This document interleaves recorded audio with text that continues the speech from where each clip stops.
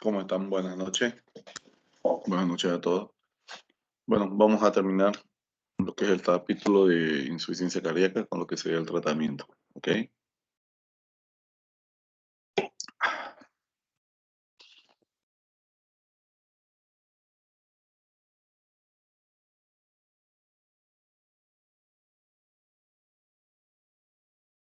Bueno, el tratamiento de insuficiencia cardíaca no se basa simplemente en dar medicamentos para el paciente. También nosotros tenemos lo que es el cambio de estilo de vida del paciente portador de insuficiencia cardíaca, ya sea de insuficiencia cardíaca con fracción de eyección reducida, mínimamente reducida o con fracción de eyección preservada. ¿Ya? Tenemos varias cosas que tenemos que tomar en cuenta. Por ejemplo, que nuestro paciente comprenda y entienda por qué le estamos dando los medicamentos, porque a veces el paciente no sabe por qué le están dando el remedio. Simplemente le dicen, me están dando una pastilla para el corazón, otra para la presión. Entonces el paciente tiene que saber por qué le estamos dando los medicamentos para que él entienda que él no puede dejar de tomar los medicamentos, que está en riesgo de la vida de él, pues, ¿no? Entonces tenemos que explicarle y sobre todo también dar indicaciones claras sobre horario, dosis del medicamento, ¿ya?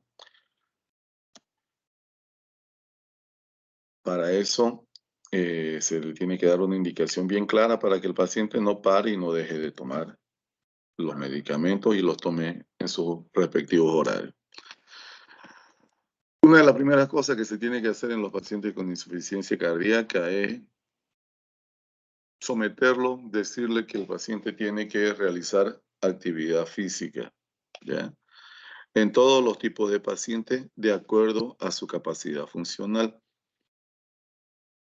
Tenemos esta guía, esta directriz, está sacada, esta es una directriz brasilera de insuficiencia cardíaca, y las recomendaciones del tratamiento no farmacológico para una insuficiencia cardíaca crónica. Vemos que un mejor manejo de la adhesión del tratamiento para mejorar la calidad de vida de nuestro paciente. Clasificación 1A, o sea, una de las principales, ¿ya? Después sigue la rehabilitación cardiovascular, prevención de factores desencadenantes, ¿no? Como ser cualquier infección viral, o sea que están permitidas lo que sería y orientado lo que son las vacunas para la influenza y neumococo, ¿ya? También con buena clase de indicación, ¿ya? En lo que es el consumo de sal, no hay ningún estudio que mostró que se favorece la dieta sin sodio, la dieta sin sal. Lo único que se ha visto que se tiene beneficio es que no se tiene que consumir por arriba de 7 gramos de sal al día, ¿correcto? Si bien hoy en día o desde mucho tiempo se dice que el paciente con insuficiencia cardíaca o hipertenso no debe comer sal, se ha observado que las mínimas porciones de sal o nula porción de sal también llegan a activar el sistema renina-angiotensina-aldosterona, que nosotros ya hemos escuchado en anteriores clases. Es un sistema que va a provocar daño a nivel del corazón. Entonces eso no es lo que nosotros queremos. Nosotros también entendimos que necesitamos de fármacos y existen dos tipos de fármacos, los cuales van a actuar a nivel de todos estos sistemas compensadores que al final son deleterios. Nosotros lo vamos a llamar como medicamentos que mejoran sobrevida. Y más adelante vamos a tocar los medicamentos que mejoran síntomas. Nosotros tenemos lo que son el sistema renina-angiotensina-aldosterona, el sistema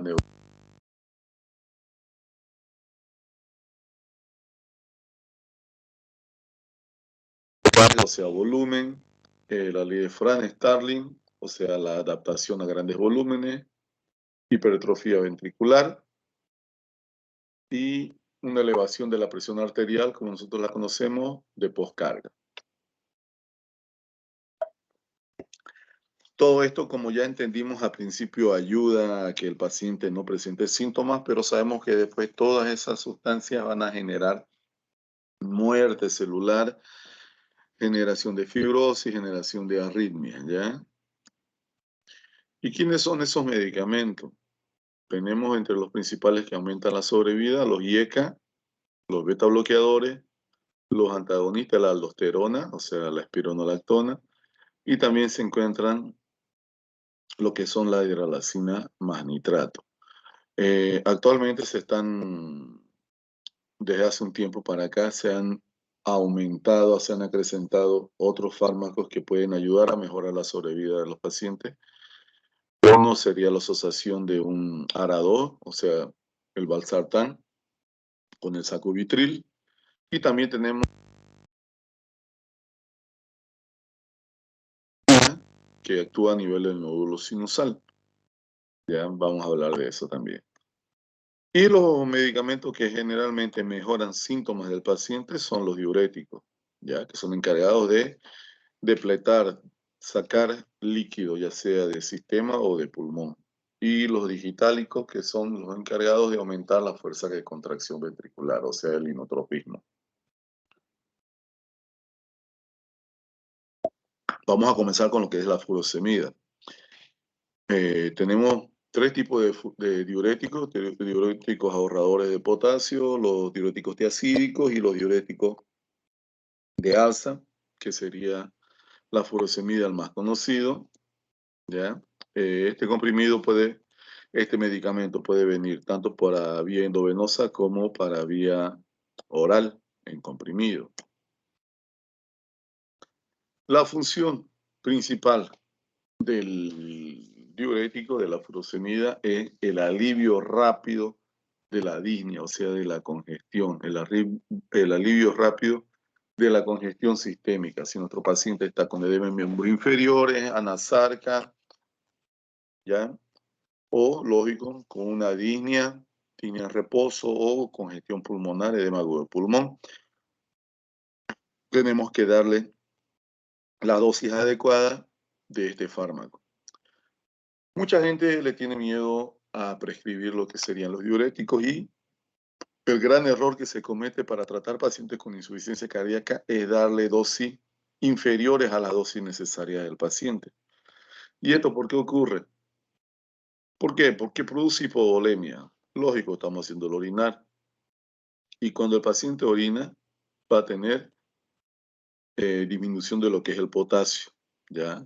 Y nosotros sabemos que valores inferiores de potasio pueden generarnos arritmias y arritmias graves, y el paciente puede llegar a fallecer, ¿ya? A veces puede presentar un leve empeoramiento de la función renal, pero es algo esperado, no es algo que va a lastimar por vida a nuestros riñones.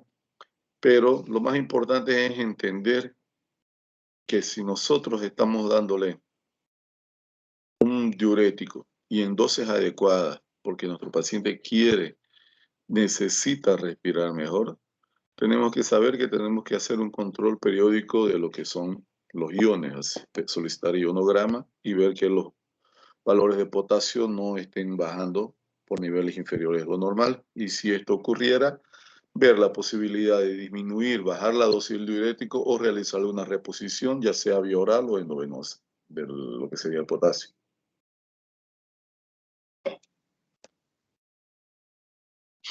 Entonces, como dijimos, el error más común es dar dosis insuficientes por miedo de presentar lo que es una disminución del potasio. Pero cuando uno tiene el conocimiento de lo que está, controlar todo eso. Bueno, ese es el primer medicamento que va a mejorar síntomas, ¿ya? Porque el paciente que está con exceso de líquido, lo que hay que hacer es sacárselo, y se lo sacamos con furosemida. Otro medicamento que se todavía se utiliza, no ha sido desechado, es el digital. El más conocido es la digoxina. La digoxina también puede venir en presentaciones de comprimido y por vía endovenosa. ¿Ya? ¿Qué es lo que hace la digoxina? Es un inotrópico positivo, que significa que aumenta la fuerza de contracción. Entonces le da más fuerza de contracción a nuestro ventrículo que no tiene fuerza y por consecuencia va a mejorar el débito cardíaco. ¿Ya? Entonces, mientras más fuerza tenga un ventrículo deteriorado, mejor se va a sentir el paciente. ¿Qué más ayuda? ¿En qué más ayuda la digoxina?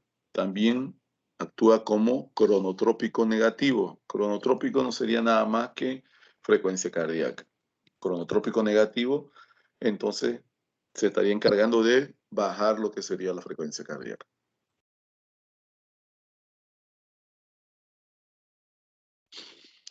¿Cuándo se los va a indicar? Cuando nosotros estemos utilizando los otros medicamentos que mejoran sobrevida y el paciente ya tenga un comprometimiento importante y que estas drogas ya no consiguen mejorar los síntomas del paciente. ¿Ya? Entonces ahí en ese momento lo vamos a utilizar.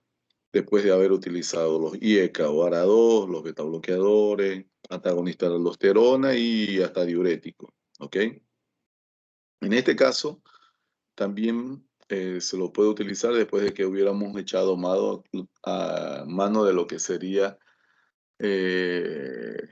sacubitril valsartán y a veces, si es que se tiene, la ivabradina. La digoxina viene en dosis 0.25, generalmente se da la mitad del comprimido, 0.125, una vez al día. ¿Por qué? Porque el paciente puede presentar lo que es intoxicación digitálica. Entonces, él nos ayuda a mejorar lo que es frecuencia cardíaca y aumenta la fuerza de contracción del músculo cardíaco. ¿Ok? Ahora, entrando a lo que son los medicamentos que aumentan la sobrevida de nuestro paciente, en primer lugar están los IECA, ¿ya? Son los medicamentos que con los cuales se han realizado varios estudios y se ha demostrado que disminuye la mortalidad en un porcentaje bastante elevado. Entonces, sí o sí, ese paciente necesita de tomar un IECA, a no ser que tenga contraindicaciones. ¿Correcto? ¿Cómo trabajan los IECA? Trabajan generando vasodilatación, tanto venosa como vasodilatación arterial. Realizando vasodilatación venosa disminuye la precarga. Realizando vasodilatación arterial disminuye la poscarga. Entonces el ventrículo ya no tiene que luchar con tanta fuerza contra la presión arterial de la aorta, como tampoco va a tener que estar sobrecargado de volumen, lo cual es perjudicial para el corazón. Entonces, la función principal de los IECA es generar vasodilatación, tanto venosa como arterial, disminuyendo presión arterial, o sea, poscarga, y disminuyendo el retorno venoso, lo que sería la precarga, ¿ya? Porque mientras más se dilata las venas, no genera tensión en las paredes y disminuye el retorno venoso. ¿Para quiénes está indicado los IECA? Está indicado para todos los pacientes con insuficiencia cardíaca, o sea, todos los pacientes que ya tengan un comprometimiento cardíaco, tengan o no tengan síntomas. ¿Cómo se lo utiliza? Se tiene que titular, se tiene que dar dosis hasta la máxima dosis posible o que el paciente tolere. ¿Qué significa eso? Un ejemplo. Vamos a comenzar dándole, generalmente los comprimidos de enalapril vienen de 10 y 20 miligramos. Entonces, vamos a comenzar con 2.5 miligramos cada 12 horas. El paciente aguantó, está con buena presión. Después de una semana, 10 días, vamos a aumentarle a 5 miligramos cada 12 horas. Paciente continúa bien, presión está aguantando. ¿Por qué? Porque es un vasodilatador arterial y va a disminuir la presión arterial. Sigue aguantando, volvemos después de una semana. Vamos a aumentarle a 10 miligramos cada 12 horas. Después continuamos a 20 miligramos cada 12 horas y el paciente está aguantando. Belleza, entonces es lo máximo que él está aguantando y las dosis algo son de 20 miligramos cada 12 horas. Si nuestro paciente no tolera que nosotros aumentemos el enalapril a 10 miligramos cada 12 horas porque está realizando hipotensión, entonces bajamos las dosis hasta las dosis tolerables por el paciente y lo mantenemos, ¿ya? Por eso significa que dar dosis máxima o máxima tolerada por el paciente.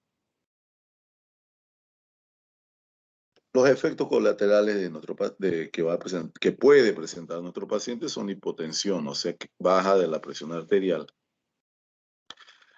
El IECA puede causar retención de potasio, entonces puede provocar hipercalemia o hiperpotasemia. También puede dañar un poco la función renal, o sea, la ureacreatinina, pero también es algo que es esperado. Uno de los problemas en un pequeño porcentaje de estos pacientes, un 10%, estos pacientes van a presentar tos reactiva a los IECA o también algún problema mayor que sería el angioedema, ¿ya? Por eso que está aquí IECA barra BRA, bloqueadores de los receptores de angiotensina, que son prácticamente parientes cercanos, son unos primos, los cuales también se realizaron estudios para tratamiento de insuficiencia cardíaca, pero en menor cantidad en comparación a los IECA, pero también se mostraron benéficos. Entonces, ¿cuál es la indicación de los bloqueadores de los receptores de angiotensina? Están indicados cuando el paciente no tolera los IECA, o sea, cuando presenta tos o angioedema. ¿Listo? Primera dosis. Doctor, una pregunta. Silencio, por favor. Voy a dar la clase y el día sábado respondo, ¿ya? Ya. Solamente voy a grabar la clase, por eso que no llamé a nadie. Solamente voy a grabar la clase, se va a subir, la van a subir y el día sábado respondo todas las preguntas, ¿ok? Entonces, caso el paciente presente lo que sería tos, se puede cambiar a lo que sería el losartán, ¿correcto? No se tiene que asociar un IECA junto con un BRA. Ya vi algunas indicaciones, algunas recetas que le dan 10 miligramos de enalapril en la mañana y 50 miligramos de losartán en la tarde. Eso no se hace. O se da uno o se da el otro, ¿ok? Hidralacina más nitratos son también vasodilatadores arteriales y venosos. Van a trabajar de la misma forma que los IECA o los bloqueadores de los receptores bloqueadores de la angiotensina, ¿ya? ¿Cuál es el gran beneficio de esto? Que se da en pacientes que son afrodescendientes. Se ha visto que realmente trabajan un poco mejor que los IECA o los ARA2, ¿correcto? Los antagonistas de la aldosterona, en este momento estamos hablando de la espironolactona, son medicamentos ahorradores de potasio y ellos van a bloquear la producción o el funcionamiento de la aldosterona, que nosotros sabemos que la aldosterona también puede matar célula cardíaca, generar fibrosis dentro de lo que es el miocardio.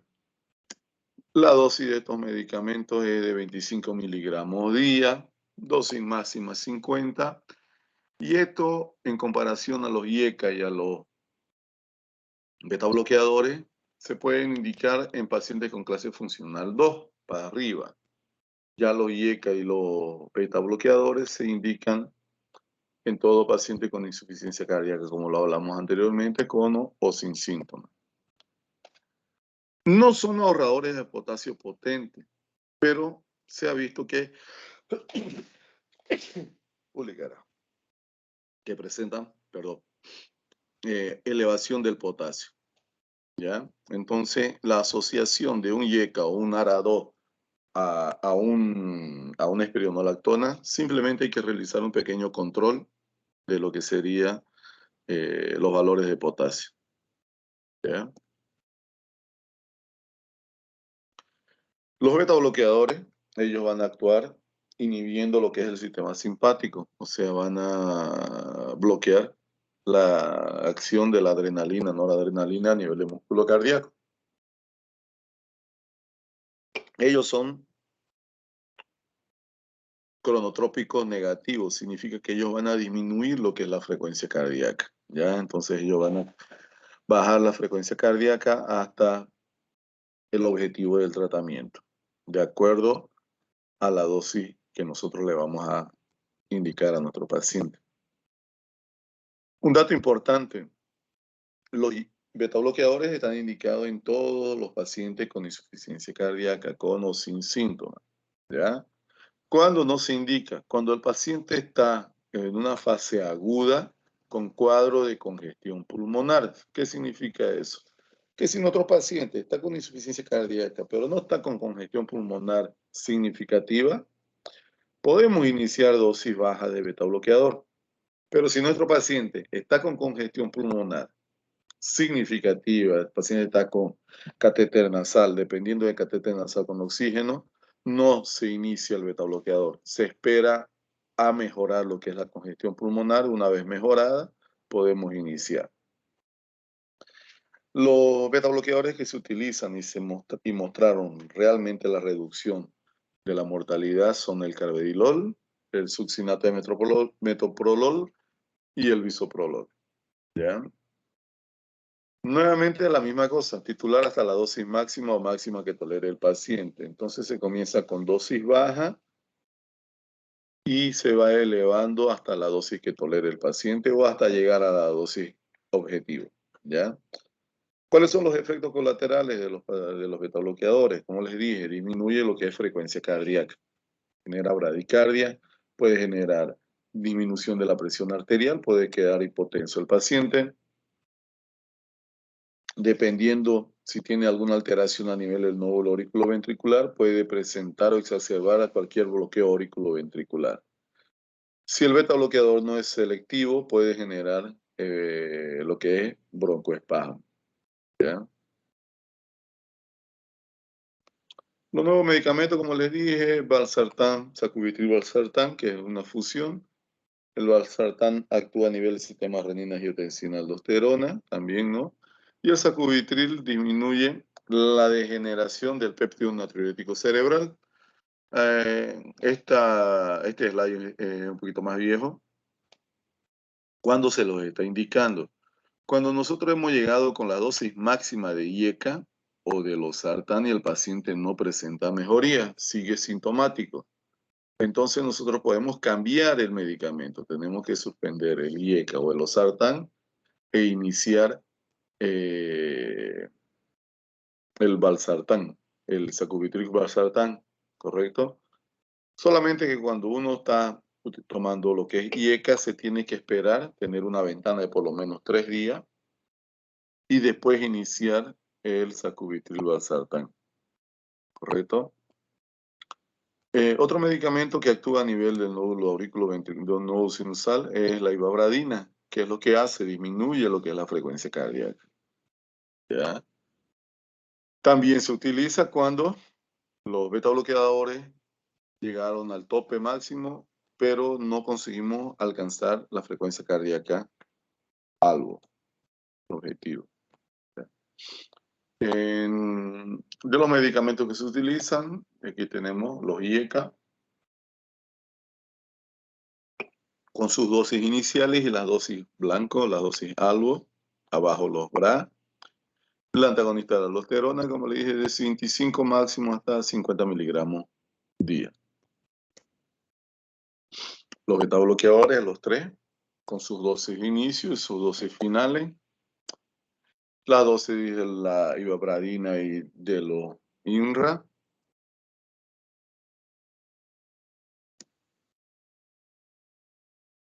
Bueno, ya se sabe qué medicamento se tiene que dar, ya se sabe que tenemos que iniciar sí o sí esos fármacos para mejorar la sobrevida de nuestro paciente. Entonces, ahora que nosotros sabemos y estamos conociendo estos medicamentos, hay que saber cómo ordenarlos para poder iniciar el tratamiento. Si nos acordamos antiguamente, en las anteriores clases hemos visto las clasificaciones evolutivas. que se clasificaba en A, B, C y D.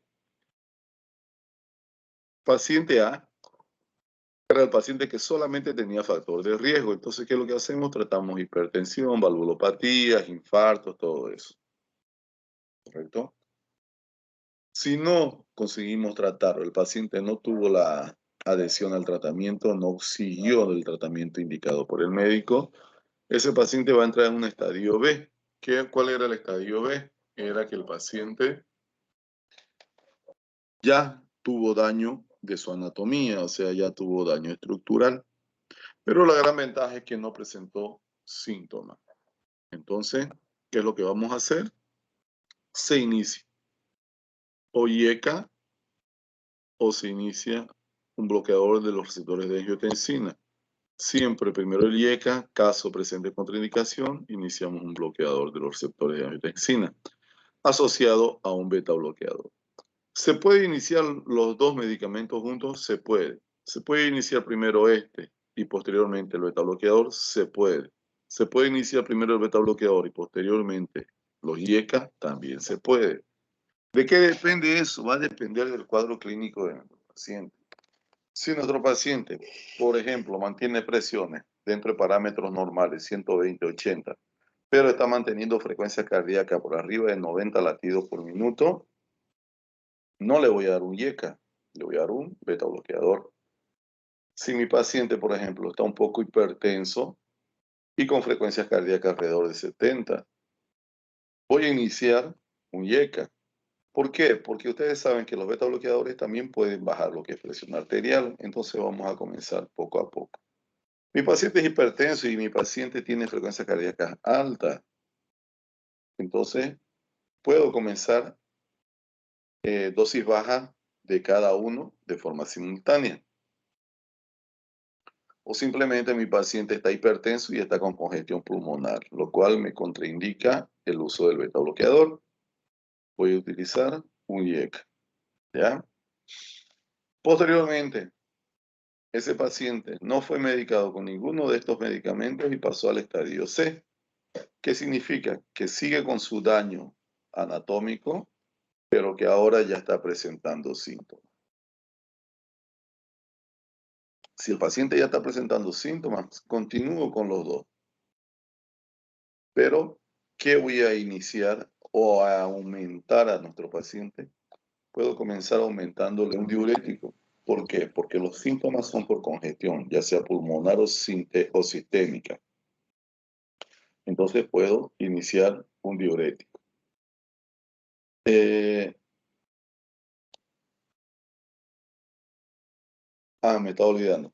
Cuando el paciente se presenta sintomático, yo tengo que irme a lo que es la clase funcional, que se la daba por la Asociación Neoyorquina del Corazón, comúnmente llamada de NIJA, ¿no? Y la cual se dividía en estadio 1, 2, 3 y 4. ¿Ya? Estadio 1 no sería nada más que lo mismo que el paciente estadio A. No tiene síntomas. Entonces se mantiene lo que es IECA o BRA, o los dos al mismo tiempo, los IECA con los beta bloqueadores. Estadio 2, el paciente ya presenta síntomas a los grandes esfuerzos. Podemos iniciar diurético. El paciente continúa presentando ahora disnea a los pequeños esfuerzos, o si ya tiene disnea, está en reposo, ahí ya podemos comenzar a iniciar los otros medicamentos, que serían la espironolactona, le podemos iniciar sacubitril valsartán, le podemos iniciar pivabradina, le podemos iniciar liobuxina.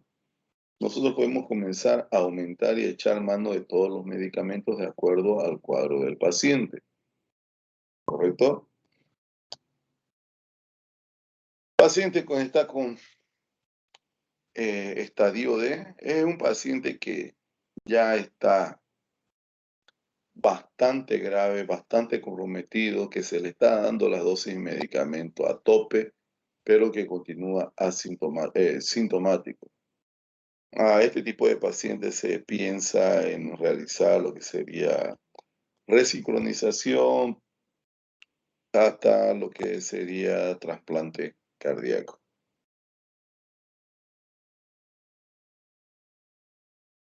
¿Qué es lo que tenemos que hacer al medicar a nuestro paciente? Tenemos que tener un objetivo. ¿Cuál es el objetivo de nosotros? Mejorar síntomas, mejorar el estilo de vida de nuestro paciente, que nuestro paciente tomando los medicamentos intente volver a tener una actividad física próxima de lo normal si no fuera normal, ¿ya? Hay que realizar controles periódicos de presión arterial. Tampoco tenemos que dejar a estos pacientes hipotensos, porque hipotensión en pacientes con insuficiencia cardíaca son señales de mal pronóstico y de aumento de lo que es mortalidad. Un objetivo claro es la frecuencia cardíaca. La frecuencia cardíaca, para que aumente la sobrevida y disminuya la mortalidad de nuestro paciente, tiene que estar inferior a 70 latidos por minuto. Entonces, ese es el objetivo de la dosificación de los betabloqueadores. Ustedes van a ir aumentando la dosis del fármaco hasta que esté inferior a 70 latidos por minuto. Entre 60 y 70, ¿ya? Controlar el peso del paciente. Siempre realizar controles de función renal y potasio, lo que sería el ionograma, siempre y cuando nosotros estemos utilizando altas dosis de diurético, ¿ya? Y lógico, también se solicita para tener un control, ¿no? Saber en qué nos tenemos que guiar. Entonces, aquí el tratamiento de insuficiencia cardíaca, ¿qué es lo que no se tiene que dejar de hacer? Iniciar lo que es IECA, beta bloqueadores, bloqueador de los receptores de angiotensina, antagonista de la aldosterona, o sea, de los receptores de mineralocorticoides, dependiendo si el paciente afrodescendiente le va a sentar un poco mejor lo que son las hidralacina, y también ver el momento en que podemos sustituir los IECA o los BRA por sacubitril y valsartán, y también utilizar lo que sería la ivabradina. Se hace terapia de resincronización cardíaca o hasta lo mismo que sería el trasplante cardíaco en pacientes sintomáticos a los mínimos o hasta en reposo. Se indica lo que es la vacuna anual de influenza y de neumococo. Ya eso se tiene que hacer sí o sí con estos pacientes. ¿Qué es lo importante de lo que sería el tratamiento farmacológico? Dar dosis adecuadas de diuréticos y dar dosis máximas toleradas por el paciente, tanto de los IECA como los betabloqueadores. No dar dosis inferiores a lo que los pacientes necesitan, ¿ya? Reducir dosis de, perdón, cuando nosotros vayamos aumentando, tenemos que ver que nuestro paciente puede a veces hasta tolerar presiones bajas, o sea, puede tolerar hipotensión. Sabemos que si iniciamos los IECA, los betabloqueadores o los diuréticos, podemos empeorar un poco la función renal, entonces es algo que nosotros ya esperamos. Entonces no hay que asustarse y suspender los medicamentos, ¿ya? Este es un gráfico que creo que no está actualizado, pero también sirve. Ya, se comienza a realizar el tratamiento con lo que son los IECA o BRA, caso contraindicado, asociación de betabloqueadores. Más adelante podemos iniciar lo que serían la espironolactona, podemos cambiar para sacubitril valsartán, podemos cambiar para ivabradina, y de acuerdo a cada cuadro, a cada presentación de nuestro paciente, vamos a iniciar terapia de resincronización o llevar al paciente hasta lo que sería el trasplante cardíaco. A veces indicar cardiodefibriladores implantables en caso de que ya no se pueda hacer nada. Y eso no es nada más que un aparato tipo un marcapaso que se coloca en el corazón y cuando se presenta una arritmia, el dispositivo lanza una descarga y el paciente es desfibrilado. En lo que es la insuficiencia cardíaca diastólica o de fracción de eyección preservada, este paciente se encuentra con una función ventricular normal dentro de parámetros normales. Entonces, eso es causado por hipertrofia ventricular, disminución del área interna del ventrículo izquierdo. Eso nos puede generar señales de congestión pulmonar. ¿Qué se tiene indicado? Lo que serían diuréticos para disminuir la congestión. Puede ser utilizado los tiacídicos o puede ser utilizado los diuréticos de alza. Pero eso tiene que tomarse con cuidado porque podemos hacerlo orinar de vaciado y como nosotros vemos, entra poca cantidad de líquido de sangre a los ventrículos. Si nosotros le depletamos mucho volumen con los diuréticos, ese paciente ya no va a tener buena cantidad de sangre circulante y por consecuencia el débito cardíaco va a bajar. En estos pacientes no hay mucha cosa que hacer. Hay que tratar cualquier otra enfermedad que tenga, tipo fibrilación auricular, hipertensión arterial, hipertiroidismo, cualquier enfermedad que pueda causar esos síntomas. Los IECA y los BRA fueron testados junto con la espironolactona y en un porcentaje se mostró que hay beneficio en lo que es el tiempo de internación o reducción de las hospitalizaciones. Entonces, está indicado, pero no tiene una buena recomendación, ¿ya? 2A y 2B.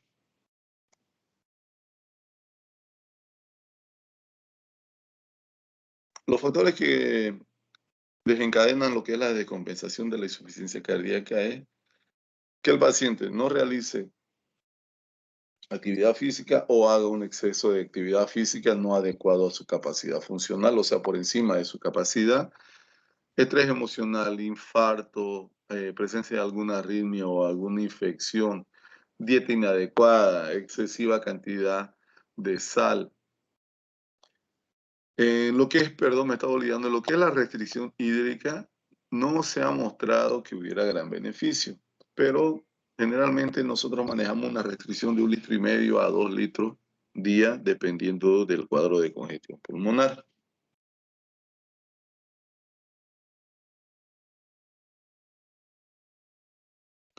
Bueno, entonces hasta aquí lo que sería la clase de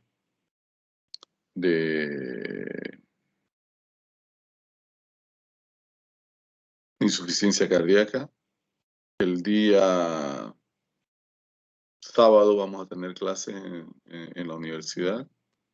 Los espero allá. Y espero por favor, se los estoy diciendo, estudien el tema para que no lleguen sin tener ningún conocimiento. Y vamos a discutir algunos casos clínicos, vamos a hacer algo para poder distraernos, ¿ok? Que tengan buenas noches y los espero el día sábado.